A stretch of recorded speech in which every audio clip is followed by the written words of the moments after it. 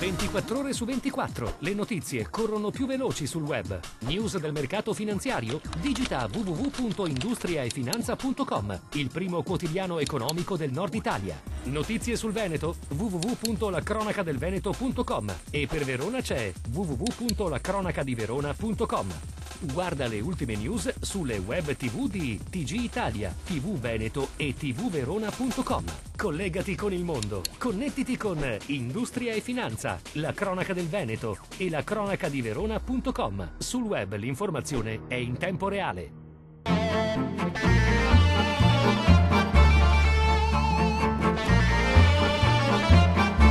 Una cosa è certa, Berlusconi ha rassegnato le dimissioni e l'incarico per formare un nuovo governo è stato affidato al professore Mario Monti, stimato presidente dell'Università Bocconi ed ex commissario europeo.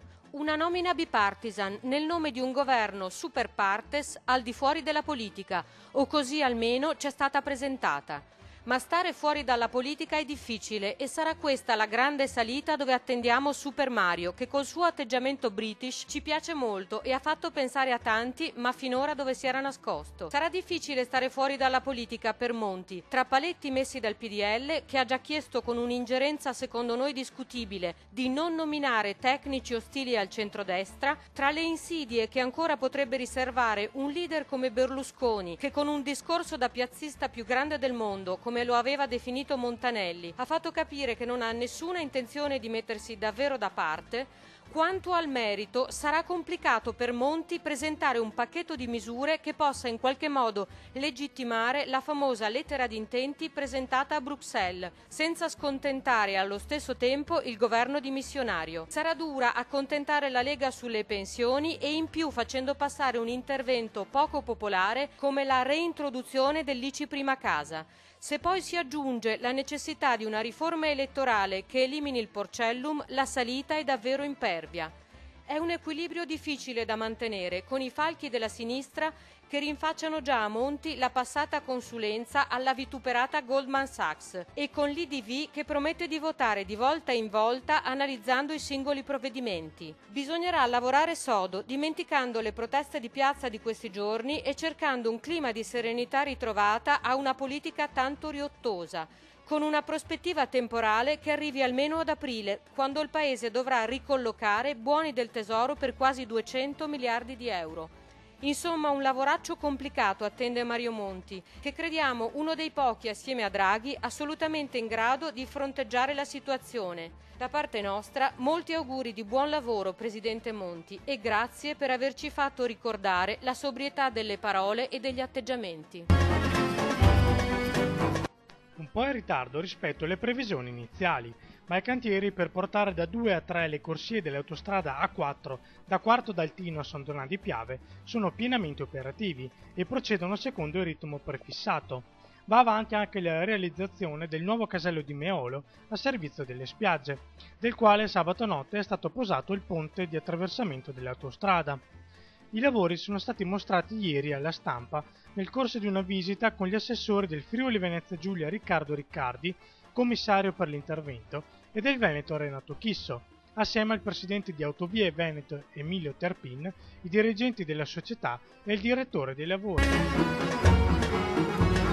È sulle risorse umane che le nostre aziende faranno la differenza e un progetto così innovativo segna anche il percorso per i futuri corsi di laurea introdotti dalla riforma. Se i laureati in scienze della formazione avranno un futuro, sarà solo nel rapporto con il mondo delle imprese.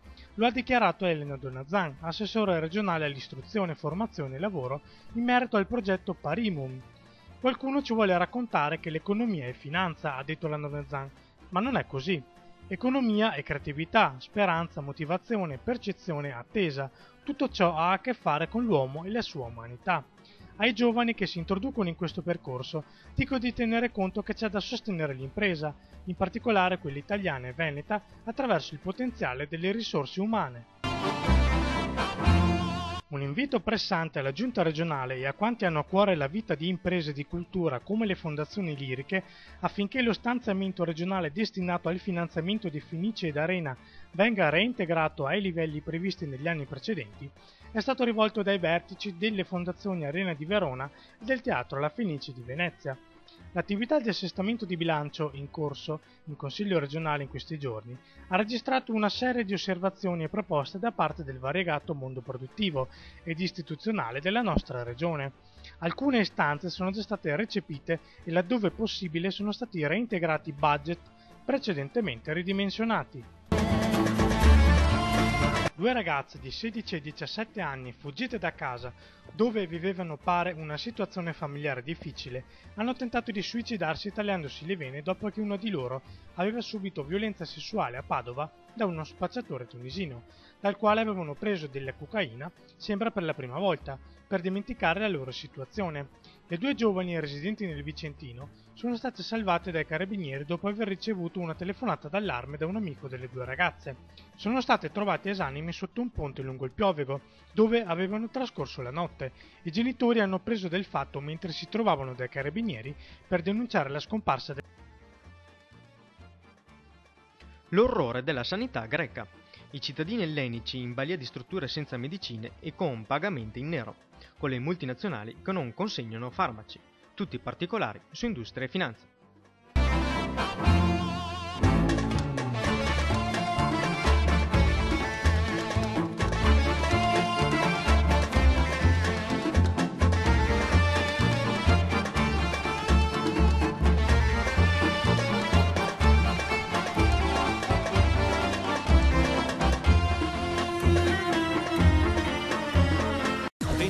Ore su 24, le notizie corrono più veloci sul web. News del mercato finanziario? Digita www.industriaefinanza.com, il primo quotidiano economico del Nord Italia. Notizie sul Veneto? www.lacronacadelveneto.com e per Verona c'è www.lacronacadiverona.com.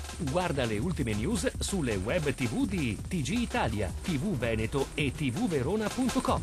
Collegati con il mondo, connettiti con Industria e Finanza, la cronaca del Veneto e la cronaca di Verona.com. Sul web l'informazione è in tempo reale.